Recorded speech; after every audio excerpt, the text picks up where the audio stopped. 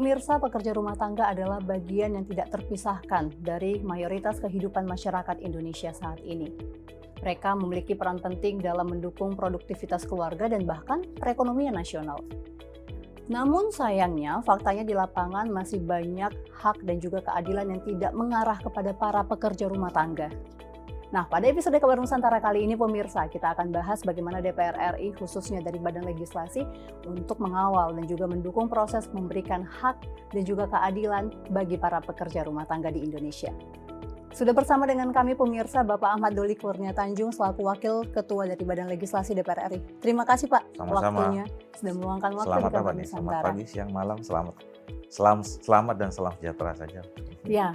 Assalamualaikum warahmatullahi wabarakatuh. Waalaikumsalam warahmatullahi wabarakatuh. Kembali ke Kabar Nusantara nih Pak, kita undang lagi. Terima kasih. Kali ini kita bahas mengenai rancangan undang-undang PPRT, Perlindungan Pekerja Rumah Tangga, dan kita melihat bahwa ini sebuah perjalanan yang sudah cukup panjang ya Pak ya. Iya. Dari 2010 dan bahkan sempat dibahas pada periode sebelumnya, namun sempat tertunda.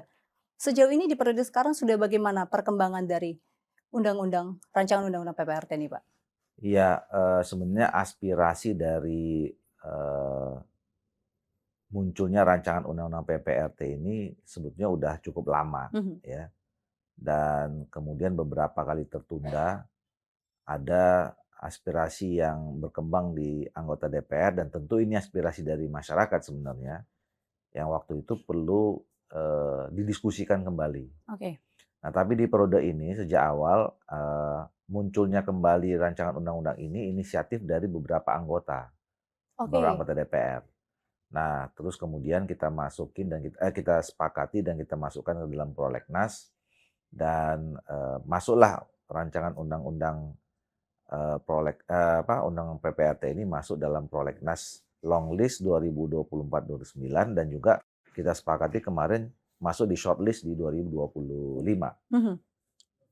Nah, sampai saat ini kita sudah melakukan pembahasan, udah panjang juga, kita udah mendengarkan berbagai stakeholder yang kita undang, bahkan kita waktu itu sempat mendatangi juga, langsung menjemput bola ya, dalam rangka memenuhi konsep meaningful participation itu.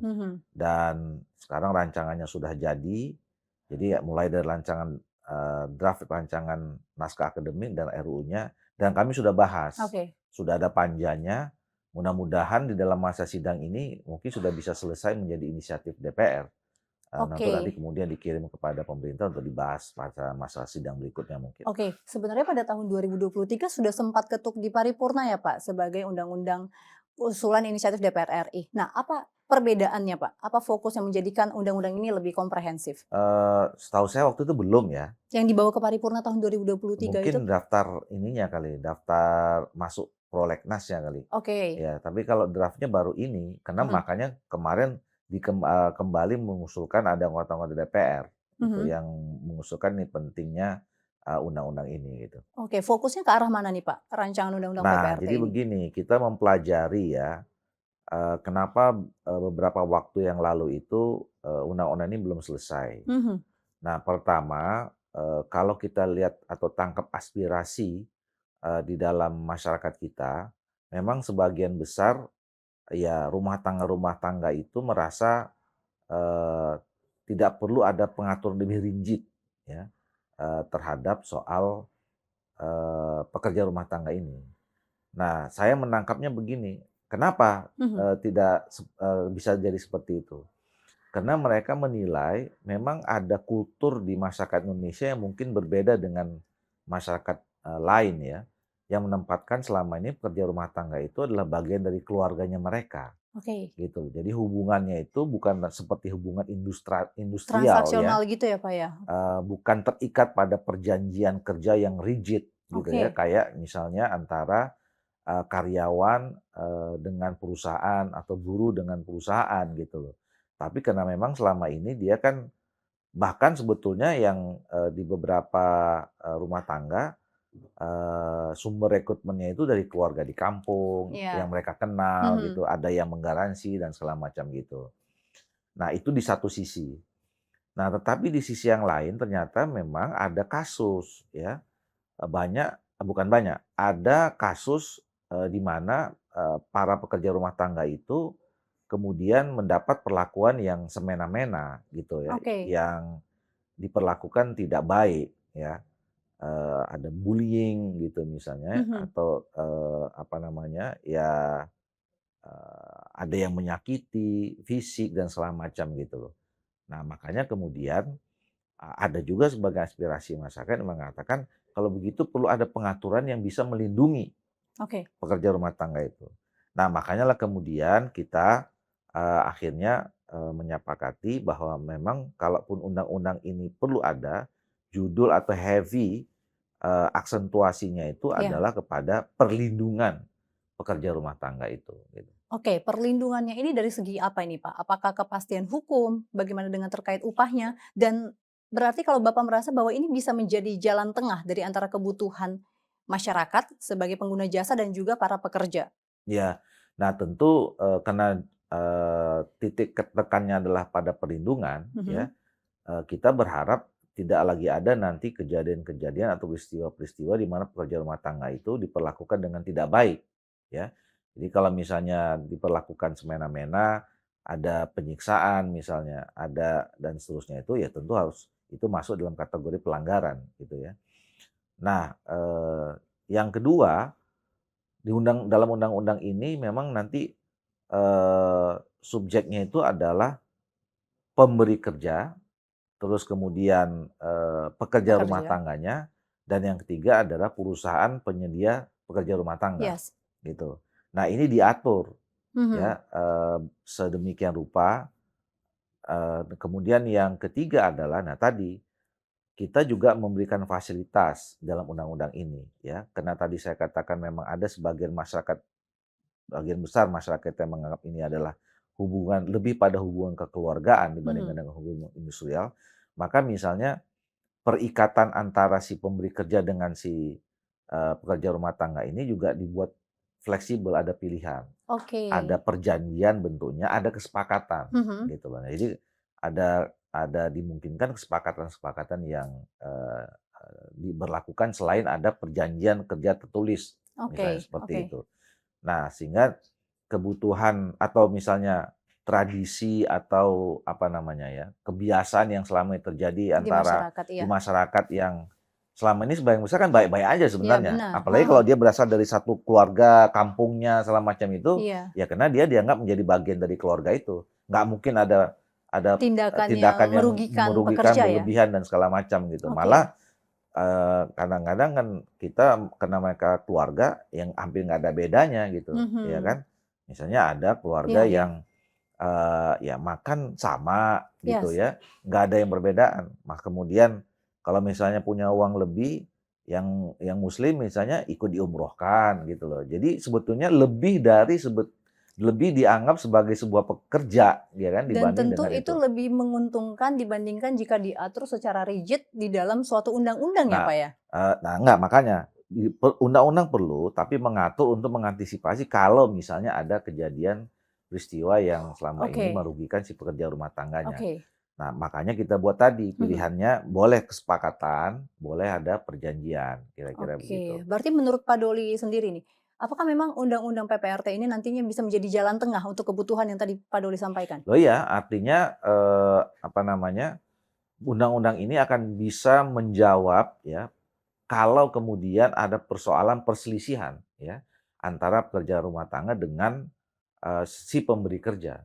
Atau Oke. kemudian ada juga dispute antara si perusahaan pemberi kerja dengan si pemberi kerja dan kemudian si pekerja rumah tangganya, kira-kira gitu. Oke. Nah, kalau kondisi di lapangan Pak, saat ini kan sudah banyak juga yayasan sebagai penyalur dari pekerja rumah tangga yang juga di bawah Kementerian Ketenagakerjaan, sudah diawasin juga. Apa bedanya nanti, Pak? Apakah bukankah semua pekerja yang sudah tergabung di dalam yayasan itu juga memiliki kekuatan hukum dan juga tertera secara rigid mengenai Nah iya, haknya dan jadi, lain-lainnya?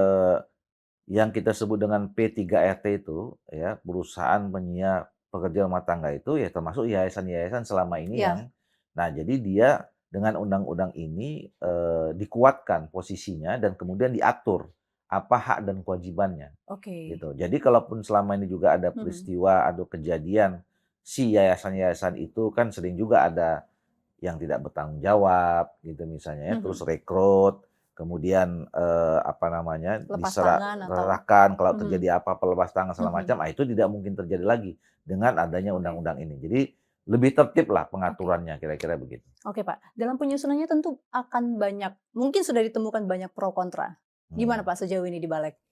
Ya sejauh ini sih, ya kan tugas kami sebagai pembentuk undang-undang, pembuat undang-undang bersama pemerintah itu kan, eee, mencari, eee, titik temu ya, mengharmonisasi semua perbedaan-perbedaan itu. Ya tentu pasti ada setiap undang-undang pasti ada pro dan kontra. Tadi saya awal udah buka itu kan, ada yang setuju, ya kalau ibu-ibu sebenarnya banyak nggak setuju sebetulnya nih, iya kan? Oh gitu? Ya Alasannya ya itu lebih tadi, ke apa karena ini, Pak? mereka menganggap bahwa ya nggak usah diatur terlalu rigid juga, so selama ini bagus-bagus aja gitu ya. Karena tadi mereka melihat, loh kita selama ini kan nggak ada masalah. Kita berlaku seperti apa Ya, terhadap orang itu, toh kita menganggapnya keluarga kira-kira gitu loh. Tapi oke juga ternyata ada kasus-kasus, kita nggak bisa nutup mata, ada kasus oke. juga yang sampai di apa namanya, ya dianiaya dan segala macam seperti itu. Benar, fakta-fakta di lapangan ya, Pak. Tapi kalau Bapak menemukan di lapangan, sebenarnya para pekerja rumah tangga ini mendesak nggak sih, Pak, untuk segera disahkannya RUU PPRT ini? Ya, artinya karena memang kemarin kita juga udah dengar ya, masukan-masukan dari masyarakat mewakili, semuanya lah gitu. Dan, kenapa sampai sekarang kita sudah sampai kepada finalisasi ya, Mhm, draft rancangan undang-undangnya, ya memang kita menganggap ini undang-undang perlu gitu. Tetapi, tadi sekali lagi, undang-undang ini harus, nantinya, dan memang dalam prosesnya ini kita sudah mengakomodir semuanya, oke. ya mengakomodir termasuk aspirasi tadi yang mengatakan bahwa, apa namanya, ada yang menyebutkan undang-undang ini, belum perlu, itu pun kita akomodir dengan tadi Baik adanya fleksibilitas tentang hubungan yang kita bangun selama ini bukan sekedar sebagai hubungan industrial, baik. ya, tapi juga ada hubungan kekeluargaan yang tetap kita cerminkan dalam isi undang-undang itu. Oke, kita akan bahas lebih lanjut di segmen berikutnya, Pak. Tetap bersama kami pemirsa di Kabar Nusantara. Jadi secara spesifik sebetulnya tidak, dibahas ya soal upah ini gitu. Ada nggak sih, Pak, yang dari pekerja rumah tangga yang merasa tidak puas kalau misalnya nanti rancangan undang-undang PPRT ini tidak sesuai dengan harapan mereka, mereka mendapatkan upah minimal sesuai dengan UMR atau UMP? Nah itu tadi maksudnya kalau misalnya yang standar paling, mudah itu kan UMR. Mhm. Nah jadi nggak boleh di bawah itu. Tapi untuk daerah Jakarta dan sekitarnya aja itu udah 4,9 juta loh, Pak.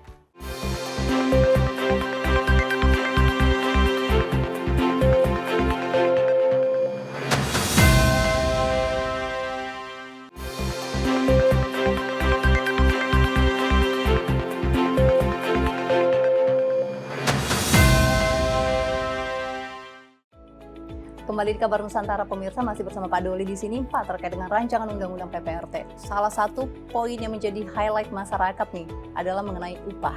Yang disebutkan bahwa nanti upah dari pekerja rumah tangga ini akan sesuai dengan UMR atau UMP.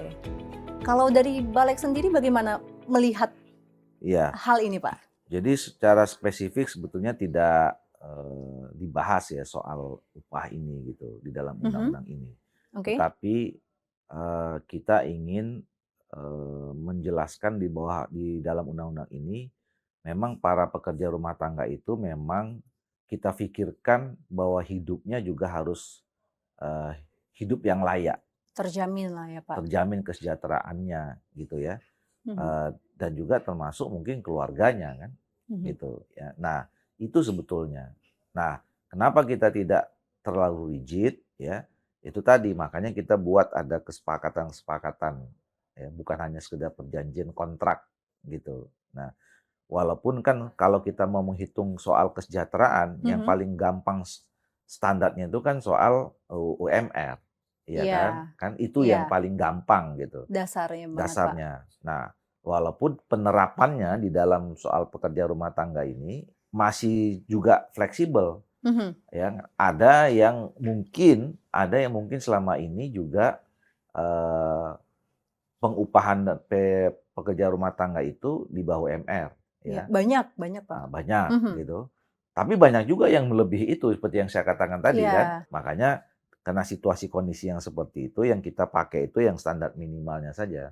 Pokoknya konsep besarnya adalah supaya bagaimana pekerja rumah tangga itu memang bisa hidup dengan layak dengan apa oke, yang sudah menjadi tanggung jawabnya untuk dikerjakan, kira-kira oke. gitu. Nah, tapi kategori layak itu kan mungkin relatif ya, Pak, bagi setiap orang dan memang mungkin ada nggak sih, Pak, yang dari pekerja rumah tangga yang merasa tidak puas kalau misalnya nanti rancangan undang-undang PPRT ini tidak sesuai dengan harapan mereka, mereka mendapatkan upah minimal sesuai dengan UMR atau UMP? Nah, itu tadi maksudnya kalau misalnya yang standar paling mudah itu kan UMR. Mhm. Nah, jadi nggak boleh di bawah itu. Oh, tapi untuk daerah Jakarta dan sekitarnya aja itu udah 4,9 juta loh, Pak. Lah iya makanya, jadi itu yang nah itu kan akan memberatkan kan, tadi kan Nah, saya katakan, itu berarti kan. banyak juga masukanin ibu-ibu Nah, keberatan nih, Pak? makanya saya katakan tadi, kita tidak secara spesifik membicarakan tentang soal upah ini range-nya berapa dan segala macam. Dan tidak secara tegas misalnya mempertimbangkan soal UMR gitu ya.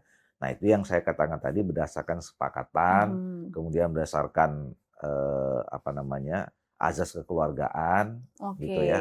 Nanti juga misalnya ya, eee, akan ada problem baru tuh antara satu daerah dengan daerah yang lain kan. Ya, Mungkin nanti orang nggak ada lagi yang mau kerja di daerah yang Jawa sana, UMR-nya gitu kecil, ya kan, iya, maunya semua dari sini. Nah, semua sini nanti kan akan naik. Makanya itu tadi saya katakan kita agak lebih oke. fleksibel. Tapi dari apakah sudah menerima masukan dari asosiasi atau perhimpunan pekerja rumah tangga? Mereka ada komplain nggak, Pak? Sejauh ini belum ya, makanya nah yang penting itu tadi saya katakan, konsepnya itu adalah mereka merasa terjamin hidupnya dengan layak. Nah, Oke, termasuk kita sedang ingin mempertimbangkan memasukkan kemarin udah pernah bicarakan mhm. tentang asuransi, ya kan? Asuransi jiwa atau apa nih, Iya, Pak? asuransi Oke, asuransi jiwa. Jadi misalnya, setiap, pemberi mhm, kerja atau kemudian si P3R tadi, mhm. perusahaan itu, ya. Nah, itu juga harus ada di dalam kesepakatan dan perjanjiannya memasukkan, biaya atau upah yang diberikan itu adalah mungkin sebagian sudah bisa masuk ke perusahaan asuransi BPJS misalnya. Jadi kalau misalnya terjadi apa-apa, dia juga sudah bisa terlindungi, bukan hanya si siapa namanya, si Pekerjanya, pemberi kerjanya oke, yang bertanggung jawab, cuman juga dia mungkin udah negara, pemerintah juga bertanggung jawab kan kira-kira dengan oke, dia membayar asuransi. Dan yang bayar asuransinya adalah si pemberi kerjanya, oke. gitu. Ini tentu banyak, apa ya, Pak, para pekerja para pengguna jasa atau pemberi kerja yang mungkin merasa terberatkan, terbebani dengan adanya aturan-aturan seperti itu, mendaftarkan BPJS, kesehatan, ketenagakerjaan, dan juga hal-hal lainnya nih, Pak. Sudah menerima aspirasi, Pak, terkait hal ini? Ya makanya di awal ya, Aha, supaya tidak keberatan misalnya makanya kemarin kita undang ya, oke, oke. BPJS segala macam itu. Bagaimana supaya tadi, kalaupun itu bisa diberlakukan, itu tidak memberatkan. Secara teknis ya, bukan soal biayanya, soal anggarannya. Karena anggarannya menurut saya sih nggak Iya, terlalu besar kalau ya. teknis Paling apalagi kan biasanya pemberi kerja itu harus udah bekerja nah, sibuk gitu ya, Pak, ya? satu. Yang Mhm, kemudian yang kedua, kalau misalnya, BPJS itu kan nanti dia lihat kartu keluarganya di mana, ya kan? oke. Itu nggak bisa sendiri-sendiri itu. Kalau satu Harus orang harus satu keluarga iya semua, iya benar. gitu loh kan. Nah, itu kan nanti kita lihat kartu keluarganya kan ada 2. Nah, itu yang sekarang kemudian kita cari solusinya bersama dengan, lembaga-lembaga yang, bergerak di bidang asuransi tadi itu. Oke, nanti kalau misalnya rancangan undang-undang PPRT ini sudah diketuk menjadi undang-undang, jika ada kontrak kerja yang tidak sesuai dengan undang-undang PPRT ini, apakah akan disebut sebagai melanggar hukum, Pak? Nah, itu tadi ya ya tentu melanggar undang-undang. Nah, Aha, melanggar undang-undang, makanya di dalam undang-undang ini kan sudah diatur. Satu, tadi saya katakan, eee, satu perlindungannya, ya. Yang kedua juga, dalam rangka supaya, hubungan kerja ini tetap terjaga dengan baik, tentu kan harus ada peningkatan kualitas terhadap si pekerja rumah tangganya. Nah, yes, makanya itu dikasih tanggung jawab juga betul. kepada si perusahaan pekerja rumah tangga Penyalurnya ya, itu, Pak? penyalurnya. Mhm, Jadi mereka bukan hanya pertama mereka harus ditegaskan harus punya, legal formal yang jelas perusahaan-perusahaan itu, nggak bisa sembarangan lagi Oke. asal sebagai yayasan atau apa segala Oke. macam Oke. gitu. Kemudian yang kedua, mereka juga harus bertanggung jawab Mhm. membuat pelatihan segala macam terhadap peningkatan kualitas kerja dari si calon Yes. pekerja rumah tangga Iya. itu. Nah. Nah, yang berikutnya adalah memang diatur di situ kalau misalnya kemudian ada perselisihan, Mhm. ya kan jenis perselisihan tadi itu. Kalau misalnya seorang pekerja rumah tangga merasa teraniaya misalnya, nah itu kan perselisihan. Oke. Kemudian misalnya tadi soal apa namanya upah Mhm. misalnya gitu ya. Terus kemudian misalnya soal apa lagi.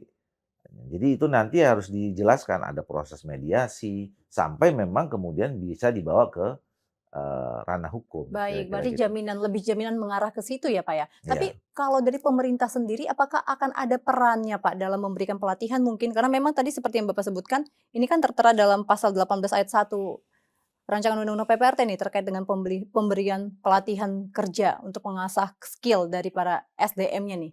Pemerintah ada campur ya tangan nggak, Pak? pemerintah sebagai apa namanya, mediator ya. Heeh. Ya artinya dia memfasilitasi kalau kemudian tadi terjadi perselisihan itu tentu pemerintah bisa mengambil alih. Ya kalau di daerah, pemerintah daerah, nanti kalau misalnya sampai ke tingkat, mungkin lebih banyak perannya di daerah ya. Pemerintah Oke. daerah untuk menjadi, fasilitator, menjadi mediator kalau terjadi perselisihan misalnya di Oke. antara itu.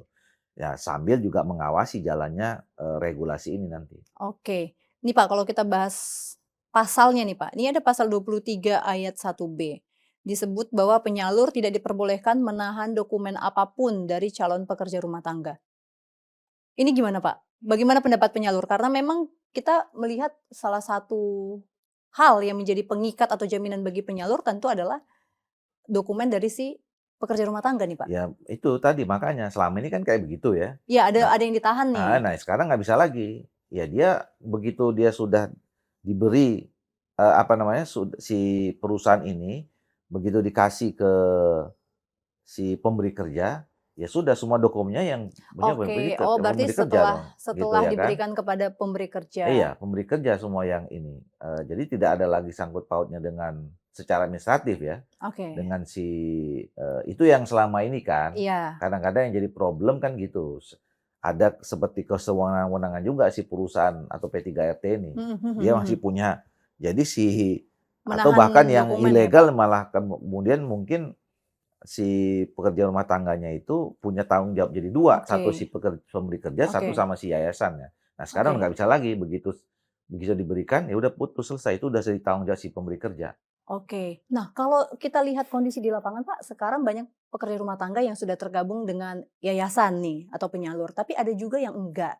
Sebenarnya kan kalau mereka tergabung dengan penyalur lebih memungkinkan nih, Pak, untuk mendapatkan perlindungan seperti di bawah ada ketentuan hukum dan juga ada kontrak yang tertulis. Apa kira-kira, Pak, yang menghalangi para atau menjadi hambatan para pekerja rumah tangga ini tidak mau tergabung dengan penyalur gitu, Pak? Ya itu tadi, menurut saya pertama, eee, ini kan jumlahnya banyak ya, Iya benar, ya kan. empat puluh juta nih.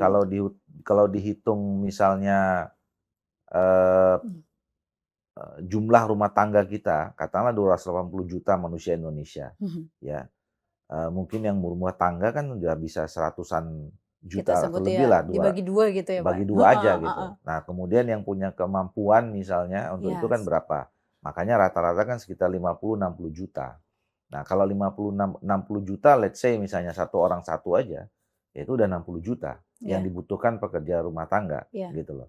Nah, kan, selama ini, kita sudah sebelum adanya undang-undang ini kan juga udah berjalan aja. Yes. Ya kan? Ya tentu ada juga yang melalui formal, yayasan atau Mmm, perusahaan. Dan perusahaan ini juga kadang-kadang yang namanya yayasan kadang-kadang bisa formal, bisa informal juga. iya Bisa punya izin, nggak punya izin juga, iya kan iya. kira gitu. Nah atau, sumber lainnya itu berasal dari tadi itu saya katakan, dari keluarga, Mhm dari teman, mhm. dari kelompok-kelompok komunitas antar ibu rumah tangga, kan biasanya Iya, dari situ aja benar gitu. benar. Nah, makanya dalam undang-undang ini kita juga nggak terlalu rigid, harus melalui dari P3RT. makanya fleksibel aja. Kalaupun kemudian misalnya ada selama ini, seorang pekerja rumah tangga datang, atau diterima sebagai oleh pemberi kerja itu, tanpa melalui, P3RT, P3R. itu nggak ada masalah. Boleh berarti, Pak? Boleh, makanya ini Oke, perjanjiannya bisa pribadi, ya bisa langsung dengan si pekerja atau si pemberi kerja, oke. bisa dengan si P3RT, Oke, berarti gitu. akan tetap ada kesepakatan Itu yang secara saya dua katakan dewa pihak. itu yang tadi saya katakan, bisa dengan perjanjian, bisa juga dengan kesepakatan, gitu. Oke, tapi amannya tentu tetap ada kontrak tertulis ya, Pak, walaupun tidak melalui Yang kita nggak P3RT? bisa maksa juga, ya kan, kalau tadi soal, Oke, upah misalnya. Nah, kalau kemudian dia buat rigid, nah siapa misalnya tadi kalau UMR-nya di Jakarta 4 juta, 5 juta gitu misalnya ya kan. mhm, Nah, kalau misalnya, apa, mereka sepakat, satu tadi kan, tidak ada rigid tentang soal UMR, oke, ya, gitu. Yang kedua misalnya, kesepakatan itu bisa bisa bukan bentuknya kontrak kerja, kesepakatan saja gitu loh, oke. ya kan.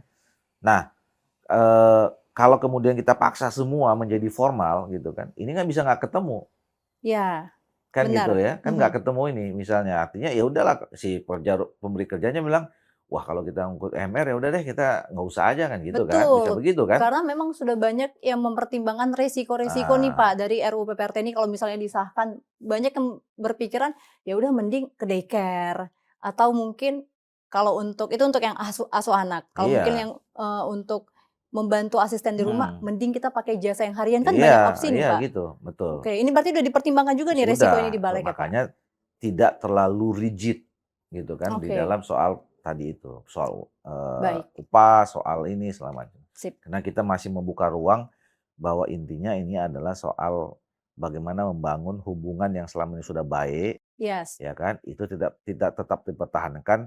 Jangan yang sudah baik selama ini gara-gara undang ini itu menjadi tidak baik gara-gara harus ini harus ini harus ini harus ini gitu loh. oke, kita akan lanjutkan lagi pemirsa, tetap bersama kami di Kabar Nusantara.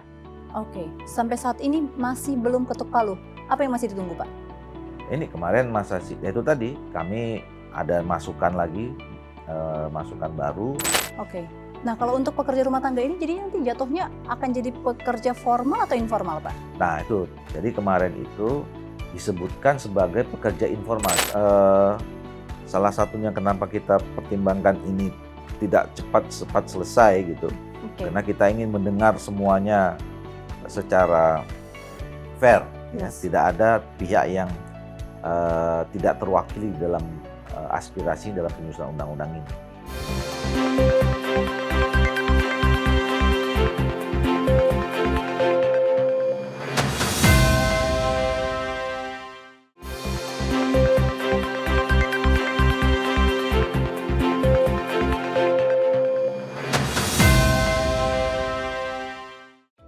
Kembali di Kabar Nusantara pemirsa, dari hasil diskusi kita dengan Pak Doli akhirnya kita paham nih bahwa rancangan undang-undang perlindungan pekerja rumah tangga ini tentunya dibuat bukan dengan rigid tapi juga mempertimbangkan bagaimana akses dan juga asas kekeluargaan yang sudah terbentuk selama ini di masyarakat Indonesia dengan para pekerja rumah tangga, dan juga tidak saklek ya Pak mengikat, tidak harus dari yayasan, dan juga tidak ada mengikat terkait dengan upah. Nah, kalau melihat sejauh ini perkembangannya tentu banyak sekali pertimbangan yang harus dilakukan balik ya Pak, apalagi menjadi penengah ibaratnya dari ketiga pihak. Sejauh ini bagaimana Pak? Agar balik DPR RI bisa menerima aspirasi dari ketiga pihak yang tergabung dalam rancangan undang-undang PPRT ini dan memastikan bahwa semuanya adil. Ya makanya, undang-undang ini relatif ini kan sudah 2 kali ya kami tunda Mhm, ya. mhm. Harusnya kan masa sidang yang lalu sudah selesai, mau kita putuskan, sebelumnya juga seperti itu. Nah, tapi karena memang masih ada masukan, kita undang lagi stakeholder yang lain Oke, gitu. Nah, itu yang kemudian masih, membuat, kita sepakat perlu waktu lagi ya untuk menyesuaikan, semua supaya undang-undang ini betul-betul bisa menjadi aspirasi, kesepakatan aspirasi semua stakeholder yang terlibat, terutama yang 3 tadi itu, ya kan, si pemberi kerja, pekerja rumah tangga, sama perusahaan penyedia pekerja rumah tangga itu. oke. Sampai saat ini masih belum ketuk palu. Apa yang masih ditunggu Pak? Ini kemarin masa ya itu tadi, kami ada masukan lagi, masukan baru, terus kemudian kami masih menunggu soal tadi bagaimana supaya pekerja rumah tangga ini juga bisa dimasukkan dalam sistem atau mekanisme asuransi, ya kan? Kita Mhm. minta waktu kita undang di akhir masa sidang yang lalu kita undang BPJS, Mhm. BPJS Kesehatan, Ya. BPJS Tenaga Kerja, memberikan masukan bagaimana supaya si pekerja rumah tangga ini bisa juga ikut terjamin di dalam program-programnya BPJS, baik kesehatan maupun tenaga kerja itu. Nah, Oke. sekarang kita mau tunggu formulasinya seperti apa dari mereka. Nah, tadi satu prinsipnya bahwa si pekerja rumah tangga itu lebih terjamin hidupnya. Dan kalau asuransi ini kan juga ada menjamin masa depannya juga, ya Ya. kan? Kemudian dan keluarganya juga gitu. Mhm. Kemudian yang kedua, tidak terlalu membebani ya, menambah berat tanggung jawab si pemberi kerja ya, terutama soal teknis. Kalau soal anggarannya nggak masalah. Waktu itu cuma berapa ribu perak lah gitu ya, Oke. gitu. Nah, tapi kan tadi itu urusan teknis-teknis harus Ya, didaftarkan, didaftarkan satu segala kakak. macam, satu kakak, macam-macam Ya. itu. Nah, itu yang kita cari minta formulasinya lebih Oke. dimudahkan oleh perusahaan-perusahaan asuransi punya pemerintah itu, punya Oke. negara itu. Oke. Nah, kalau untuk pekerja rumah tangga ini jadi nanti jatuhnya akan jadi pekerja formal atau informal, Pak? Nah, itu. Jadi kemarin itu disebutkan sebagai pekerja informal karena dia tidak masuk dalam kategori, kalau masuk dalam, kita memasukkan di dalam, definisi tentang pengasuransian Mhm. ya oleh BPJS Tenaga Kerja itu mereka tetap disebut sebagai pekerja informal. Oke. Tetapi nanti pengupahannya dan kemudian pengasuransiannya itu ada, saya nggak lupa detailnya apa ya istilah mereka itu di dalam asuransi itu, tetap, tapi kalau statusnya namanya tetap pekerja informal. Oke, tetap pekerja informal berarti ya, Pak? Berarti tidak akan ada pemotongan PPh dan lain-lain sesuai Iya, dengan pekerja iya, formal berarti, iya, tidak akan merugikan dari pekerja rumah tangga. iya. Oke, Pak, ini kan sangat luas nih cakupannya. Bagaimana DPR bisa mengawasi bahwa nanti rancangan undang-undang PPRT ini bisa dijalankan dengan baik sampai ke daerah-daerah? Ya seperti lahirnya undang-undang, setiap undang-undang, Mhm. yang lain tentu kan, eee, kita berharap semua pihak yang terlibat di dalam, nanti dalam pelaksanaan undang-undang itu bisa bekerja dengan baik, ya. Tadi misalnya kalau 3 ya, si pemberi kerja, si pekerja rumah tangga, kemudian si P3RT-nya, kemudian pemerintah tentu, kemudian mungkin nanti, apa namanya, bisa jadi ada keterlibatan aparat penegak hukum gitu ya. Oke, Kalau misalnya terjadi sampai, dispute dan iya, perselisihan yang tidak bisa diambil, iya, diselesaikan secara musyawarah mufakat gitu. Karena di dalam undang-undang ini juga didorong penyelesaian semua perselisihan itu mulai dari musyawarah mufakat dulu, oke. karena ada kesepakatan, ada nuansa kekeluargaan macam-macam Oke, begitu. dari kedua belah Heeh, pihak ya, Pak. heeh, Nanti akan ada lembaga pengawas khusus nggak, Pak, untuk ini? nggak ada, tidak ada, Oke. tidak ada, Mhm. apa apa namanya ya, tinggal kita, nanti disosialisasikan saja kan, supaya Iya, mereka semua tahu semua itu. Nah, yang kedua adalah tentu kami sebagai pembentuk undang-undang kan memang ada, tugas tanggung jawab kami juga ada pengawasan terhadap pelaksanaan undang-undang, mhm, ya. Nah, iya, nanti juga tentu sama dengan undang-undang yang lain, nanti sambil berjalan tentu kami di Balek itu tugas DPR, salah satunya di Balek itu adalah melakukan pengawasan terhadap pelaksanaan undang-undang. Nanti iya. kita lihat nanti bagaimana prosesnya Oke, berjalan. oke. Terakhir nih, Pak, di balik DPR RI gimana untuk menjamin keadilan bagi setiap pihak nih yang terlibat di dalam rancangan undang-undang PPRT ini? Tentu banyak juga nih masyarakat yang sekarang kan memang menggantungkan dan menjadikan pekerja rumah tangga itu sebagai kebutuhan nih, Pak, supaya tidak ada pihak yang dirugikan. Ya itu tadi, salah satunya kenapa kita pertimbangkan ini tidak cepat-cepat selesai gitu, Oke, karena kita ingin mendengar semuanya secara fair ya, yes, tidak ada pihak yang, tidak terwakili dalam, aspirasi dalam penyusunan undang-undang ini. Jadi kita berupaya supaya semua pihak itu, merasa punya manfaat terhadap undang-undang ini. Eee, Kalau selama ini ada pihak yang merasa dirugikan, sebelum ada undang-undang ini, itu juga sudah kita akomodir. Tetapi selama ini juga kalau ada pihak-pihak yang merasa tidak ada masalah apa-apa juga selama ini, itu juga tidak akan terganggu dengan undang-undang ini. Oke. Nah, itu sekarang sudah kita akomodir sedemikian rupa. Oke, nah itu jawabannya pemirsa. Tadi kita sudah dengar bagaimana Balik DPR RI tentunya memperhatikan pihak-pihak dari semua yang tercakup di dalam rancangan undang-undang PPRT. Diharapkan tentu dapat berjalan dengan baik ke depan, tidak ada pihak yang dirugikan, dan tentu tidak buru-buru untuk mendapatkan keadilan bagi semua pihak tentunya ya Pak Doli. Pak Doli, terima kasih banyak sudah berbincang bersama kami di Kabar Nusantara, dan tentu pemirsa Anda juga dapat menyaksikan program kami lainnya di YouTube kami TVR Parlemen, dan juga Anda dapat komen di bawah. Kira-kira kita akan bahas apa lagi nih untuk episode selanjutnya, mungkin dengan bersama Pak Doli lagi. Terima kasih pemirsa, saya Elisa Purba pamit undur diri dan sampai jumpa.